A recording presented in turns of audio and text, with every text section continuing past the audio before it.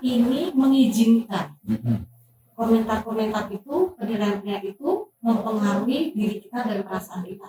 Karena kalau depresi itu artinya tidak normal. Sabar, hello, ini bukan perkara sabar, bukan perkara nggak ikhlas, butuh proses untuk menerima peristiwa yang begitu mengguncangkan dalam kehidupan.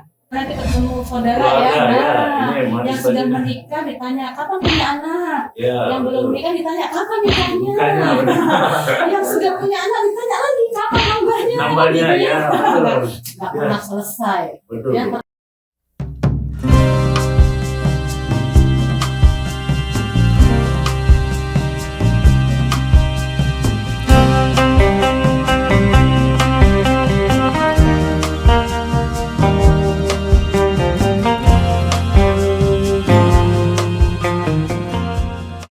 Assalamualaikum, salam sejahtera bagi kita semua. Halo, apa kabar semuanya? Semoga sehat selalu dan tetap semangat.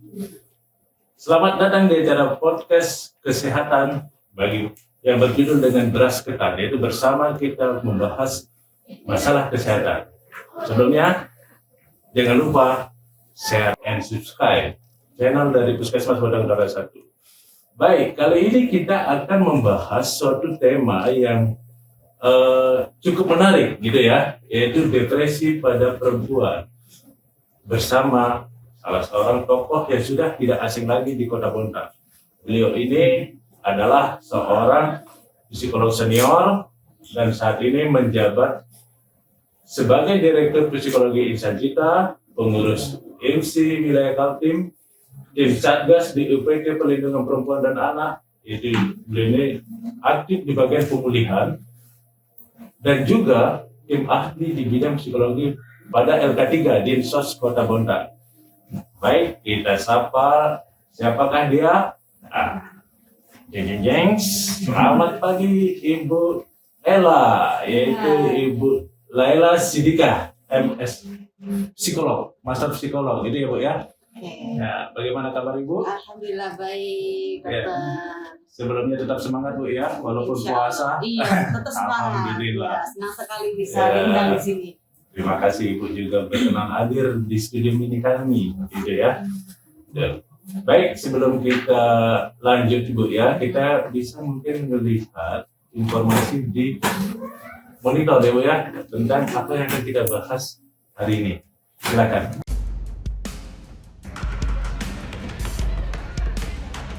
Warga desa Sokawera, Kecamatan Tonjong, Kabupaten Brebes, Jawa Tengah, Minggu pagi digembarkan dengan tewasnya Atih, bocah perempuan berusia 7 tahun yang diduga dibunuh ibu kandungnya, KU. Seorang mahasiswi berinisial NW 23 tahun ditemukan meninggal dunia di atas makam ayahnya di Kecamatan Soko, Kabupaten Mojokerto, Jawa Timur pada Kamis 2 Desember.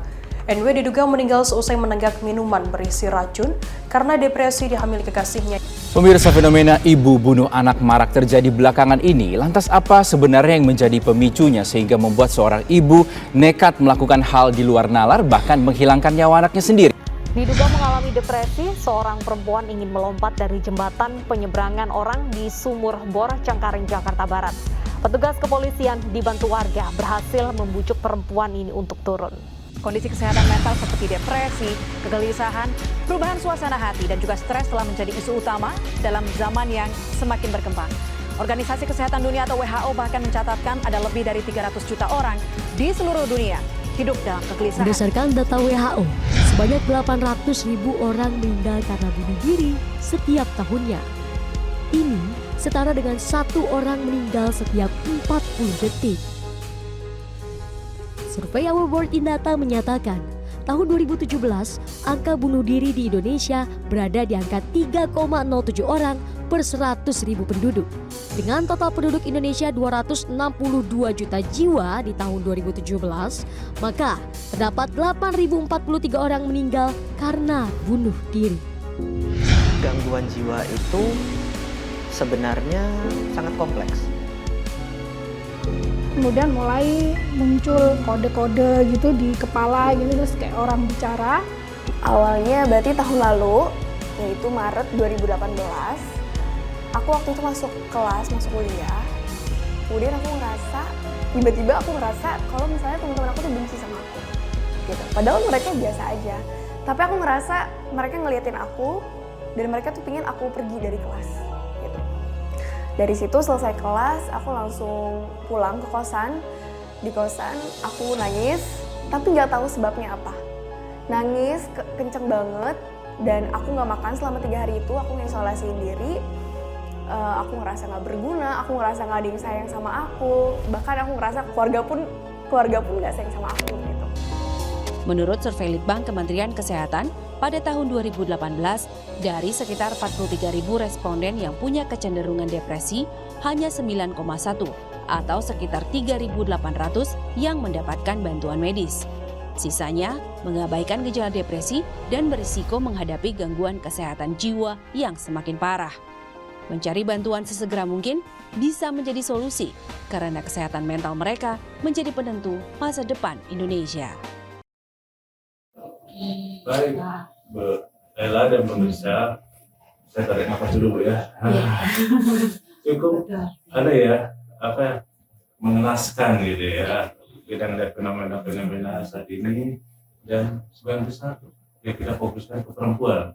Mungkin kecenderungan secara statistik itu disebutkan bahwa perempuan itu lebih rentan ya Bu ya, karena depresi. Nah sekarang apa itu depresi Bu? Biar sobat kita tahu ini di rumah. Oke, sungguh memprihatinkan ya melihat tayangan tadi yang kita sedih ya melihatnya. Dan depresi itu merupakan salah satu masalah kesehatan mental umum atau sering disebut common mental disorder dan termasuk dalam kategori gangguan suasana hati atau gangguan mood ya. Dan menurut WHO sendiri depresi itu dinyatakan sebagai 4 besar penyakit ya yang ada di dunia, sehingga merupakan masalah yang serius dalam masalah kesehatan. Dengan ciri-cirinya, tanda-tandanya antara lain selalu merasa rendah diri ya, kemudian ada kehilangan minat, kehilangan rasa senang, mengurung diri, perubahan pola makan, pola tidur, bahkan sampai pikiran menyakiti diri sendiri dan bunuh diri seperti tadi di tayangan tadi ya. Jumlahnya cukup banyak, sampai 3,07 per hari yang mengalami bunuh diri karena depresi. Dan kita lihat tadi akibat dari kondisi depresi itu sangat luar biasa dan sangat beragam, ya, sangat beragam dan kadang tidak bisa kita prediksi, ya, tidak bisa diprediksi akibatnya itu seperti apa. Namun kondisi depresi yang perlu kita pahami adalah kondisi depresi yang tidak tertangani, ya, itu memang dapat mengarahkan seseorang untuk melakukan tindakan yang bisa menyakiti atau membahayakan diri sendiri dan atau orang lain. Ya, seperti tadi kita lihat dalam tayangan. Iya betul Bu. Begitu. Kalau kita lihat tadi Bu, kita yang itu kan banyak yang perempuan yang kena ini Bu ya. Kira-kira apa sih penyebabnya gitu ya? Karena kita berbicara di sini kan banyak yang perempuan, ibu-ibu gitu ya. Kira-kira faktor apa sih Bu ya? Ya, betul sekali Jo. Berdasarkan sejumlah penelitian memang dikatakan perempuan itu lebih rentan ya, lebih beresiko dibandingkan laki-laki sampai 2 kali lipatnya. Ya. Dan 2 kali lipatnya. Dan penyebab dari depresi itu sebenarnya multifaktor. Siapapun ya, bagi siapapun baik laki-laki atau perempuan. Dan bagi perempuan ternyata lebih banyak faktor yang bisa memicu munculnya depresi. Ya. Dan itu baik dari faktor biologis, ada juga faktor psikologis dan sosial budaya. Ya, itu yang pada perempuan itu menjadi sangat kompleks dan sangat banyak. Nah, contohnya kalau faktor biologis apa nih? Ya, dari faktor biologis wanita ini kan banyak mengalami perubahan hormonal ya, dari mulai menstruasi ya, kemudian kehamilan, terus ketika nanti mengalami keguguran sampai dengan kemudian persalinan dan menopause. Ya, masa-masa itu kan perubahan hormonnya itu begitu luar biasa ya. Gitu. Dan ketika ada perubahan hormonal itu bisa mempengaruhi sistem kerja saraf yang bagian suasana hati. Jadi menjadi lebih sensitif dan sebagainya. Itu dari sisi faktor biologis wanita itu menjadi lebih berisiko mengalami gangguan suasana hati. Ya, baru dari secara biologis ya. Kemudian dari faktor psikologisnya. Psikologis, gitu. Dan faktor psikologis ini ya kita hidup kita mengalami melalui berbagai fase kehidupan. Itu juga wanita Gitu. yang berkaitan dengan pendidikannya, karirnya, keluarga, ya, rumah tangga dan lain sebagainya. Dan kita tahu karakter tipikal wanita itu kan lebih detail, Ya, betul. lebih cermat. Nah, kalau laki-laki enggak ya? Ya, Lebih selengekan lah. bukan tidak ada sih ya kalau laki-laki ya seperti itu, tapi Iya. tipikalnya lebih banyak wanita tuh lebih cermat, lebih detail sehingga segala sesuatu tuh lebih banyak dipikirkan. Lebih perfect lah gitu Ya, ya. lebih sering memikirkannya sehingga lebih mudah mengalami yang namanya overthinking. Oh, iya. Nah, iya. kita overthinking yang tidak terkendali maka bisa mempengaruhi seseorang mengalami kecemasan yang berlebihan. Kecemasan, gangguan ansietas ya. betul. Ya, kemudian juga tipikal wanita tuh lebih menghadapi masalah itu berdasarkan emosi atau perasaannya, ya, dibandingkan laki-laki. Laki-laki biasanya lebih logis. Logis. Tapi apakah karena faktor emosinya ternyata ini juga dipengaruhi oleh struktur otak, dok? Nih, secara Ya, neuron itu ada atau bagian insula anterior itu Iya. yang bagian yang tidak otak terhadap emosi itu lebih luas laki-laki dibandingkan perempuan. lebih perempuan ya. Ya, jadi perempuan lebih kecil. Jadi yang tidak peka terhadap emosi itu lebih besar laki-laki. Iya. Jadi mengapa kemudian perempuan itu lebih perasa? Dia merasa lebih Lebih baper dan sensitif. sebagainya. Nah, begitu. Betul ya. Dan juga wanita itu dari jurnal ya Iya. psikiatri neuroscience dikatakan kenapa kok wanita itu lebih sering depresi? Karena wanita itu lebih sensitif dalam hubungan interpersonal. Jadi antar Ya, baik dengan temannya, dengan keluarganya, ya, dengan pasangannya, ya, betul. dengan rekan kerjanya itu lebih sensitif. Jadi kadang-kadang seperti tadi ada merasa curiga dengan tindakan orang yang padahal tidak bermaksud Tidak ada demikian. itu, Nah, ya. seperti itu. Wanita rentan mengalami pemikiran-pemikiran yang demikian. Itu dari faktor psikologisnya.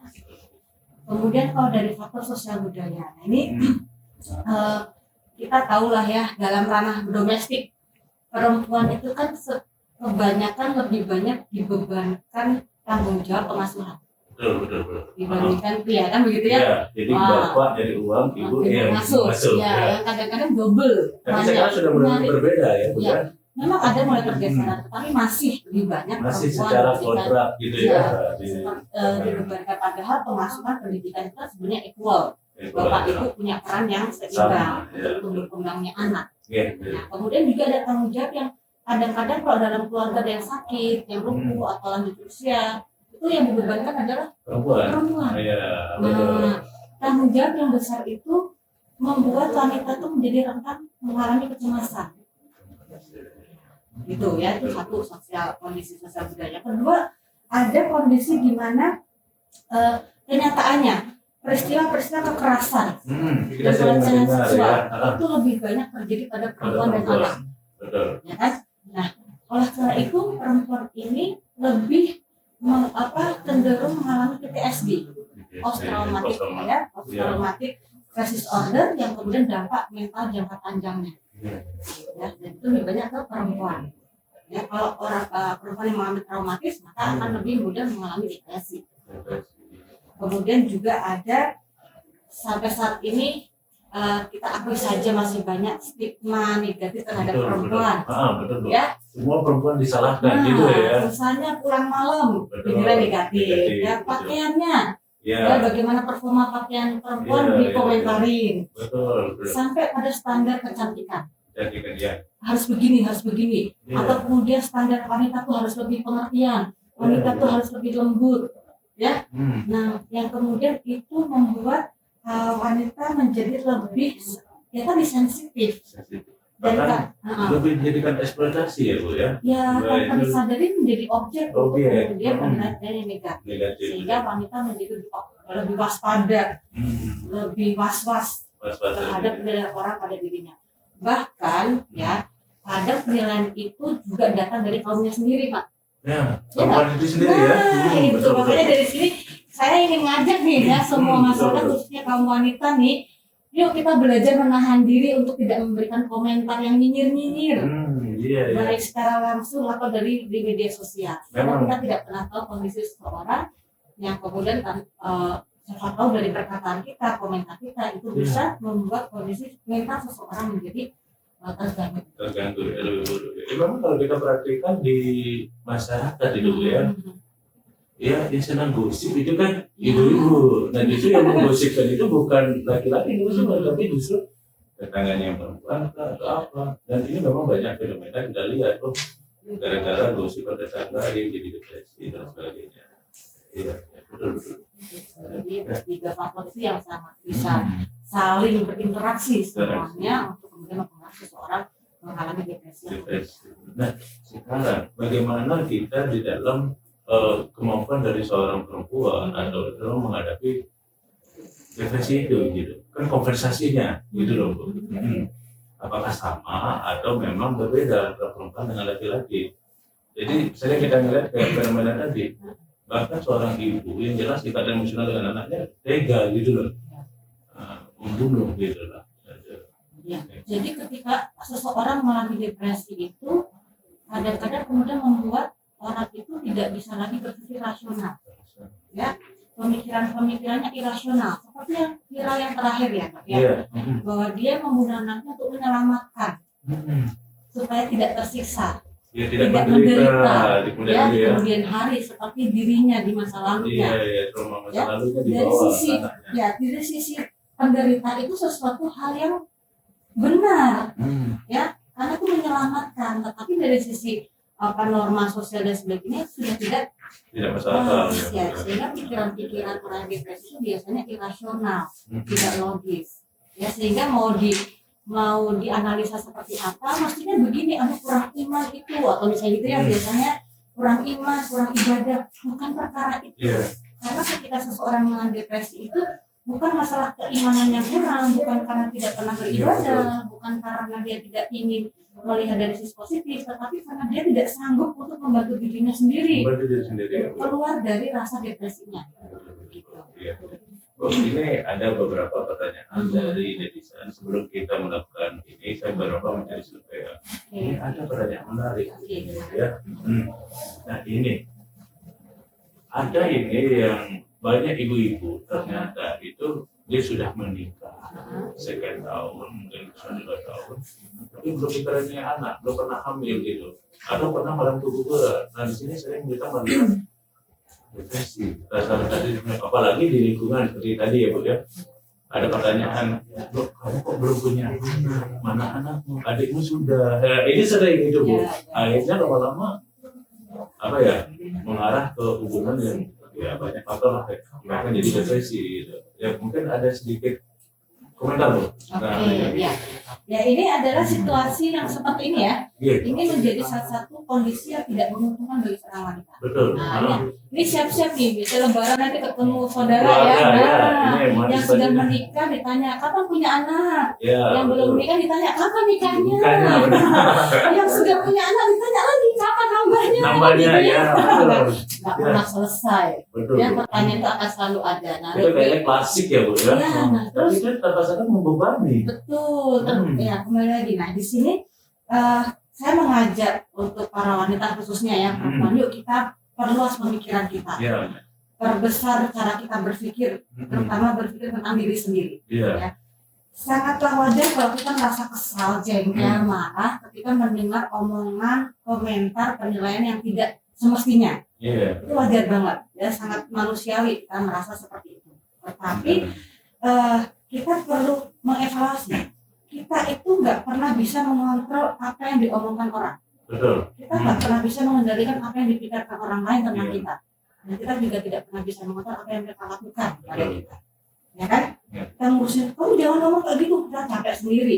Kan? Ribut pasti. Ribut ya. Nah, sekarang oke lah, orang-orang seperti itu berdasarkan pengalamannya, pemikirannya, kebiasaannya, ya. Kemudian kembali ke diri kita. Apakah kita ini mengizinkan komentar-komentar itu, penilaian itu mempengaruhi diri kita dan perasaan kita?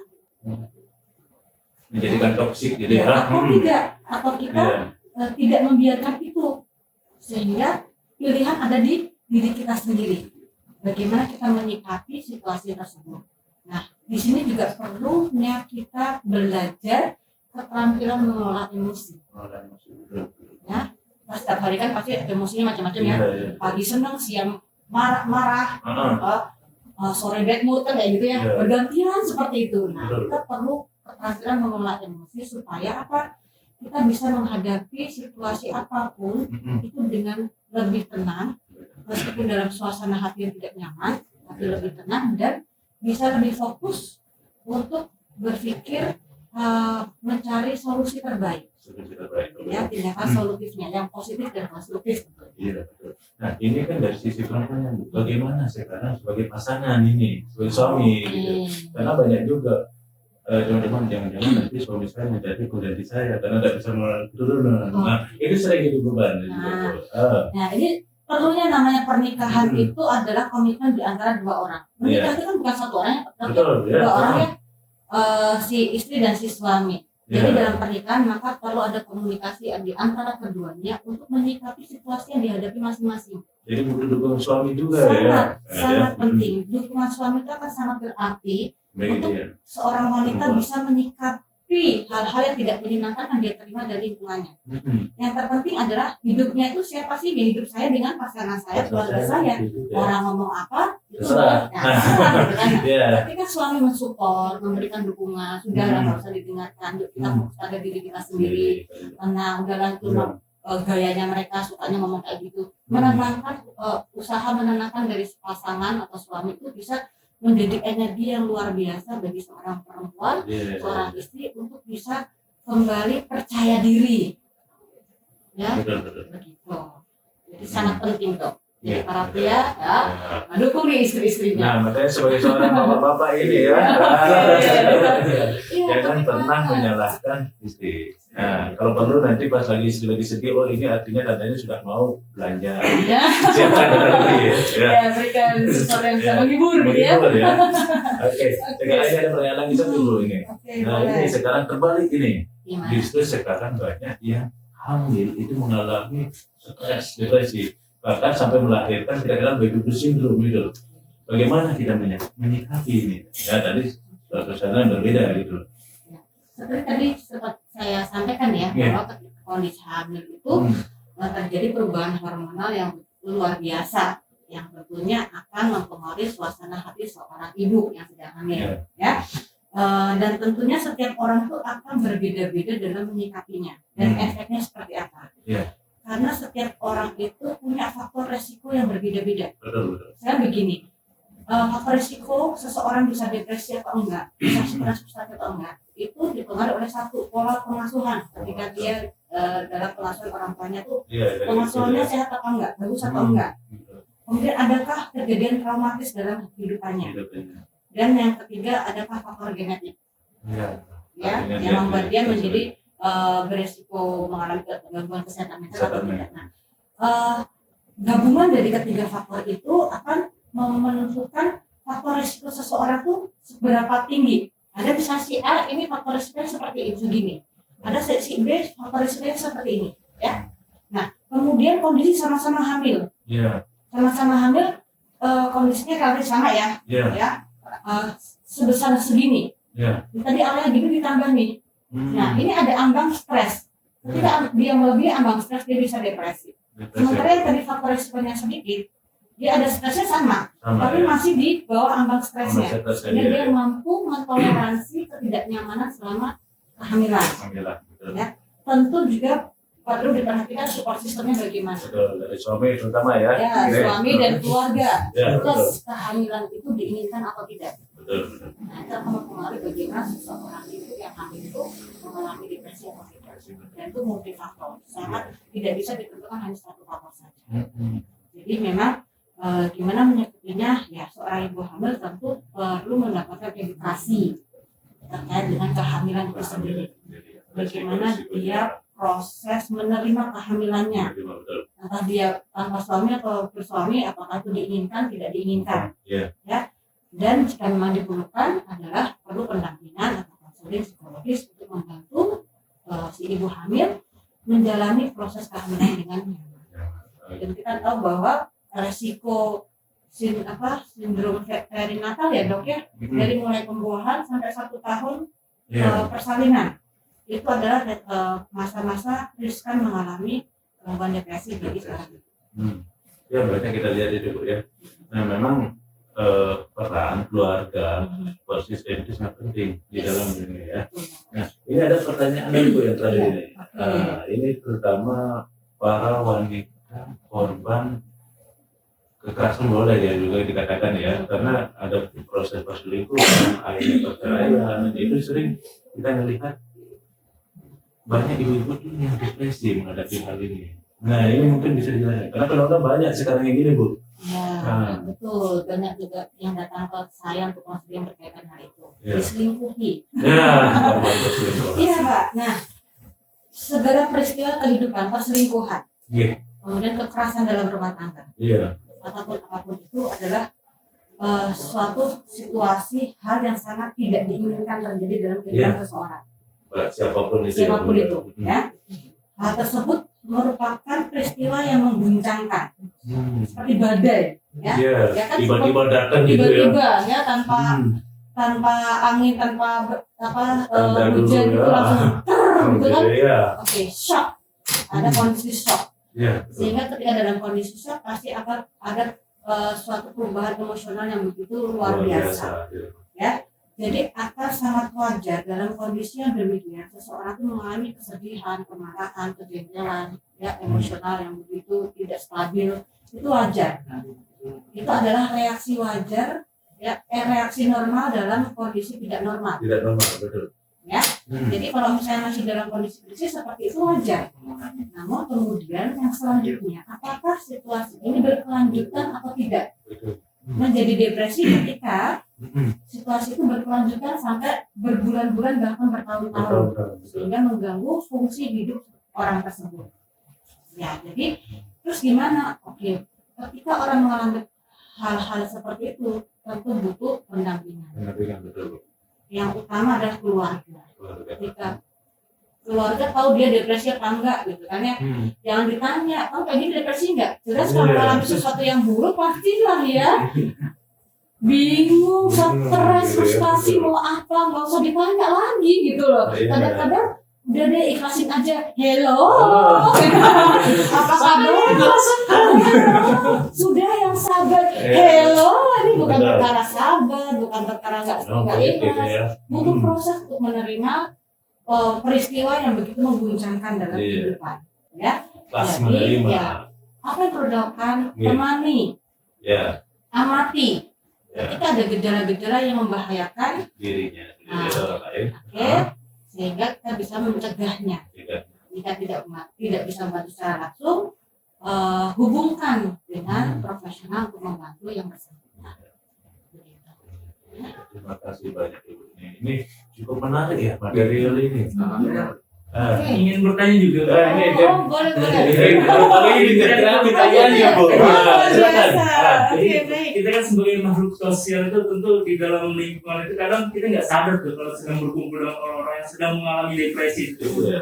Nah, sebagai seorang teman atau sahabat atau mungkin sebagai seorang suami, gimana sih cara kita menyikapi orang-orang yang depresi, karena kemungkinan mereka juga menutup diri dan tidak menunjukkan kedepresiannya itu. Ya, betul sekali. Tentunya ketika orang mengalami depresi, cenderungnya dia akan menarik diri, ya, dan dia tidak ingin diketahui orang lain dalam kondisi yang demikian.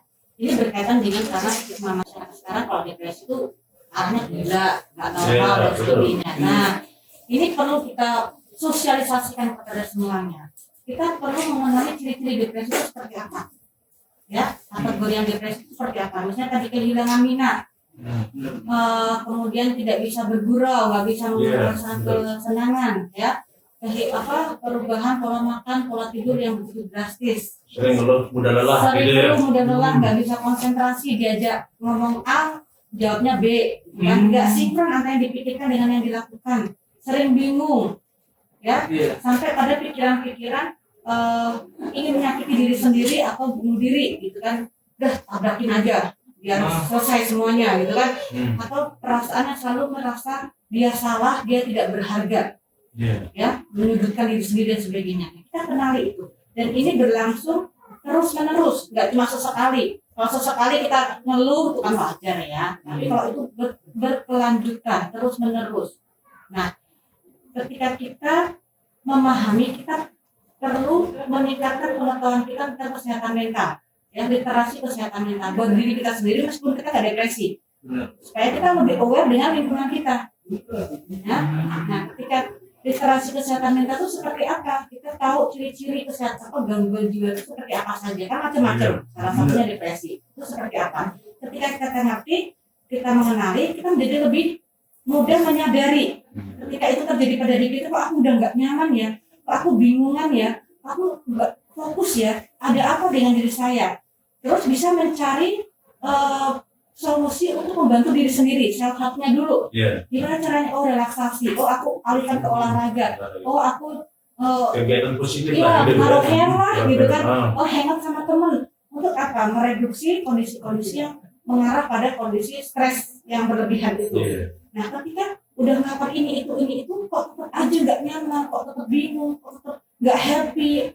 Nah, kemampuan mencari bantuan itu juga merupakan hal yang baik, ya, karena ketika mencari bantuan itu artinya kita paham tentang diri sendiri. Betul. Ketika mencari bantuan itu bukan berarti kita lemah, bukan berarti kita itu gila gitu ya, ya nggak mampu, enggak. Tapi ketika kita mencari bantuan, maka kita artinya peduli pada diri sendiri dan bisa membantu diri kita. Ketika terjadi pada orang lain, saudara kita bisa menyarankan. Menyarankannya bukan, kok kayaknya kamu stres ya? Ini psikolog, diomongin gitu, kayaknya gimana? Bakal menerima nggak? Enggak kan?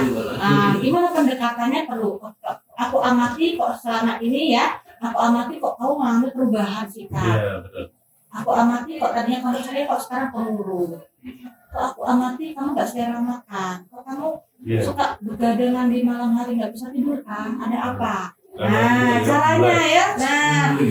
Nah, cara pendekatannya kita gali dulu untuk memahami. Oh ya, aku gini. Nah, oke, apa yang bisa saya bantu? Kadang-kala orang itu butuh teman untuk mendengarkan saja. Mendengarkan saja, Bu ya. Padahal dia tidak butuh solusi. Gitu. Butuh untuk didengarkan saja, untuk meluapkan pikirannya, perasaannya, sehingga supaya ini nggak terlalu sesak.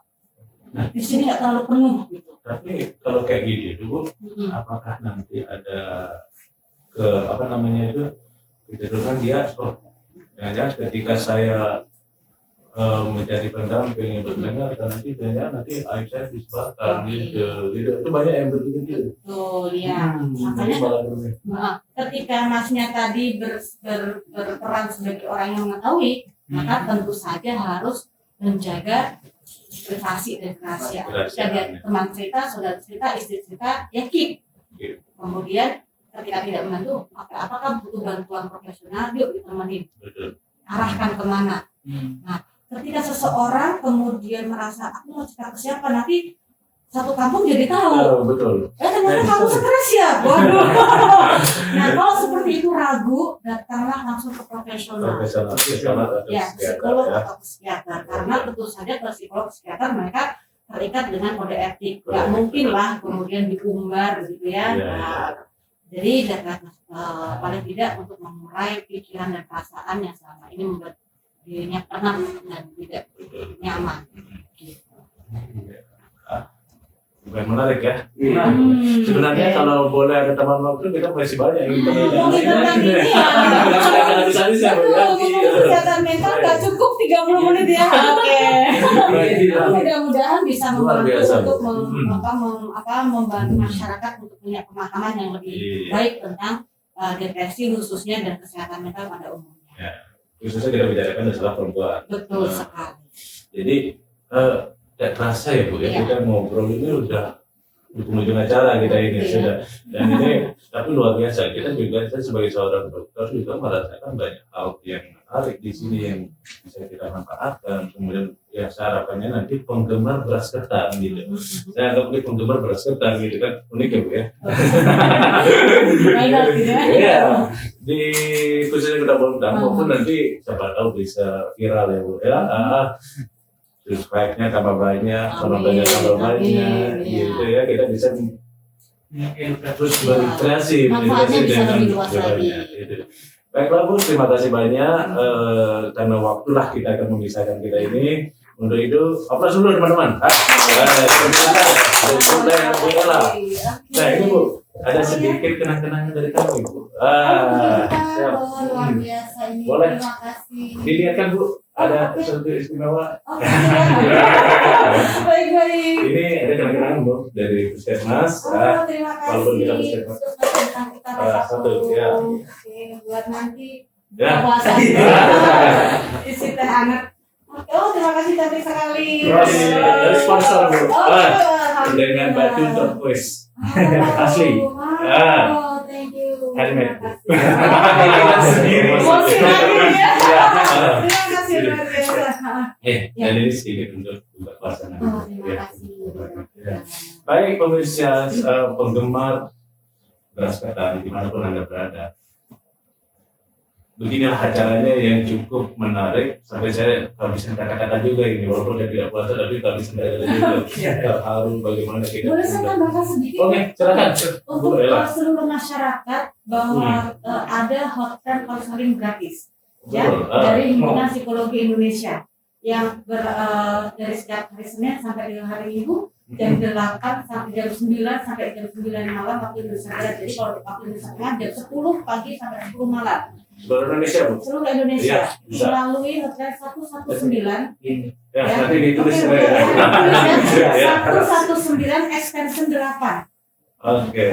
Dan juga saya juga terlibat dalam sebagai relawan konseling gratis melalui hotline bersamamu. Nanti bisa di googling ya. Hotline bersamamu untuk kerjasama antara Yayasan Sejiwa dan Psikolog Masuk Sekolah Pamsi UGM. Jadi masyarakat bisa mengakses konseling gratis, kadang-kadang bingung mau kemana, dan berapa bisa mengakses itu. Kalau misalnya di Kota Bontang bisa ke biro saya, atau juga kalau terkait dengan perlindungan perempuan dan anak, bisa ke UPTD PPA Kota Bontang. Ya, nanti hotline-nya nanti dituliskan ya. Oke, nanti ditantumkan. Jadi supaya masyarakat tahu bahwa ada fasilitas yang bisa membantu ketika ada kondisi-kondisi psikologis yang tidak menyenangkan. Jangan sampai lebih parah, paling tidak mendapatkan bantuan. Itu Dok, terima kasih banyak ini. Luar biasa memang Ibu ini ya. Saya juga mengenal Ibu ini adalah seorang aktivis perempuan di Kota Bontang. Jadi terutama dalam kasus-kasus kekerasan terhadap perempuan dan anak. Oke pemirsa, demikianlah acara podcast Beras Ketan hari ini. Semoga tidak bermanfaat dan tetap semangat dan selamat berbuka puasa nantinya. Oke.